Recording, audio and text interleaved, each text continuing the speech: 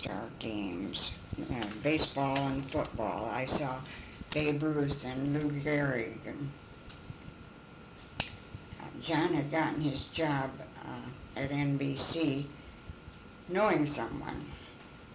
Between his junior and senior years at Olivet, he had bummed east, and while there, introduced himself to Mr. Ashby, who was vice president of NBC New York.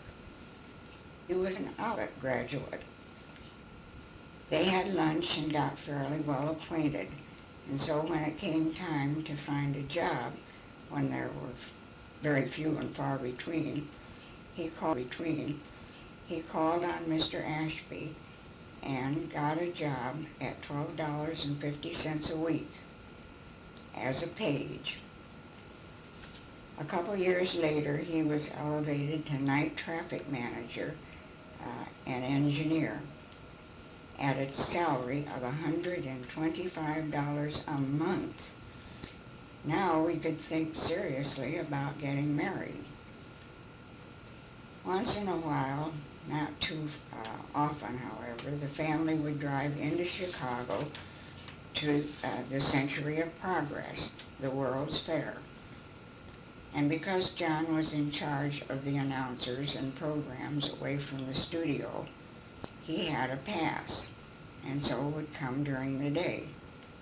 I got to see him there, and once in a while at home I would hear him giving the call letters, WMAQ, when one of the announcers maybe wasn't available. He would come to Michigan City maybe once, or about once a month, I think it was, depending on his schedule. And I would drive down to the South Shore and pick him up around midnight. He was always bringing me candy and different things from the merchandise mart where the studios were. I wanted to get him something for one Christmas, but I had no money. Essie Hayes, who lived next door, worked at Karstein's, the nicest dry goods store in town.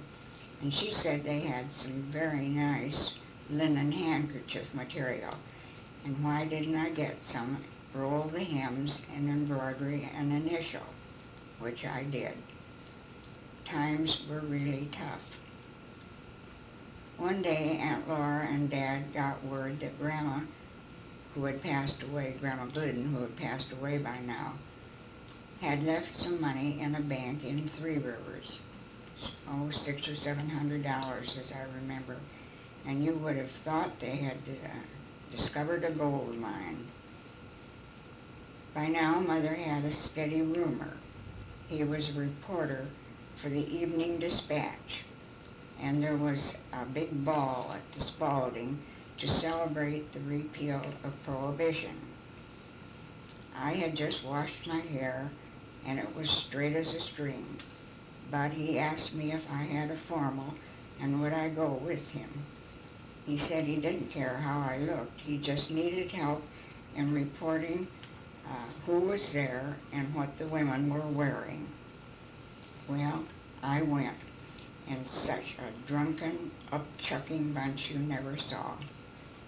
One woman, Gertrude Harbart, an artist, and I've seen her here in Tucson several times in the winter, fell backward and hit the back of her head on a slightly raised platform and got up and started dancing again as though nothing had happened.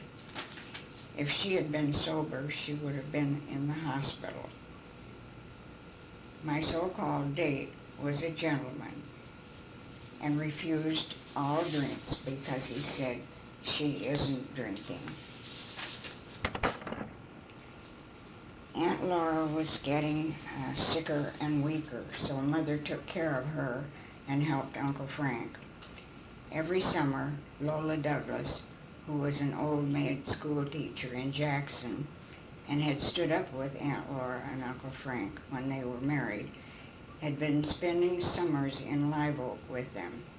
She was a real nature lover. Well, the summer after Aunt Laura died, Lola was scheduled to come, and it kind of caused a problem. After a lot of family whispering and snickering, it was unanimously decided that Uncle Frank shouldn't and couldn't live alone. In the meantime, John and I were planning our marriage. He found a bargain on hammered aluminum cookware, $59 for 2 saucepans and 2 fry pans and a Dutch oven. And a great buy on silverware, $19 for a service for 8. I got my lingerie free from a wholesale store in the mart because John had gotten them tickets several times for special shows. I saw the pattern of a wedding dress I liked, and Mother had Renee's mother make it, but I insisted on using the main part of a cream-colored satin formal I had, and having an overblouse or a jacket made with high ruching around the neck and the ruching around the bottom of the skirt. There were tiny buttons all up and down the back and up to the elbow on the sleeves. Mother wasn't sure, but I convinced her it was right because it would save money. So into Chicago I went to match the material. It cost $1 one way on the South Shore if you bought a book of 25 tickets, I think it was. Well, the closest I could come to the material was at the Boston store. And I also got maroon nubby material for my going away suit, which Mrs. Warner also made. I got netting for my veil from the Sears catalog, and Essie Hises' sister, Elma Thibodeau, made it as her gift to me. John found a 1-bedroom apartment for us at $32.50 a month, just a half block off Broadway and a streetcar line right from the merchandise mart. Also just a long block from Lincoln Park. We got our maple bedroom set, a bed, mattress, and 2 dressers from Weebolt's, and a chair from Carpin's there in the mart. It cost $25, and since has been reupholstered, and Judy and Norm have it. I'm not sure, but what, maybe some of the bedroom stuff, a dresser maybe, is still around someplace. I don't remember where the trundle couch bed or the maroon rug and wooden dinette set came from. Of course, there was a radio, probably second-hand, but it was a piece of furniture. I'm still using the rolling pin I started housekeeping with. About 3 months before our date of September 28th, Lola and Uncle Frank secretly went off to some small town and came back to tell us they had gotten married. She was very apologetic for doing it so close to my wedding date. It sure didn't bother me. I was too busy with my own plans. John had asked Dr. King, the president of Olivet, to perform the ceremony, and he had graciously accepted, with his wife also coming. We would have to find room for them, John's family of 5 Laggards from Bay City, Michigan, Uncle Leo and Aunt Fern, Floss and Earl and Helen and Grandma Spiegelmeyer, and a couple of Olivet friends. Well, we had 3 cottages that Dad had in behind us, on the street behind us. And with those 3 cottages and our 5 bedrooms, we managed. It was after Labor Day, so all the renters were gone. I think we gave Dr. King and his wife one to themselves, but they may have stayed in a hotel. I don't remember. Mother had talked Dad into wall-to-wall carpeting and up and down the staircase. For the wedding, the door was removed, and I came down the stairs. Steve Glidden got to giggling because I kind of turned my ankle, but I didn't fall. After the rehearsal dinner, I was moved into the dining room where my piano teacher played Stardust and the wedding march for the wedding. That was her gift to us. Dr. King would not accept the check John gave him. I made my cake, and an Eastern Star friend by the name of Gwen Reeby decorated it for me. And the light supper after the ceremony was next door at Heise's. All I remember about that is that Mother made timbales, and they were filled with cream chicken. I hadn't planned any decorations for the wedding, just knew we would stand in front of the fireplace. Flossie and Aunt Fern thought differently, so they had Dad arch a long piece of lathing from one side of the room to the other, and they covered it with vines and flowers they got in the woods.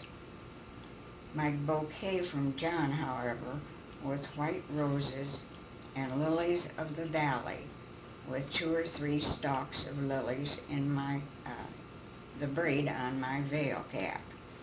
They cost 15 cents a stalk, and I thought that was outrageous. I hadn't registered any place, didn't even know they did such a thing. But someone gave us some crystal, and after that, the clerk in the store would tell other people who came in to buy something what pattern it was, and they would buy some more.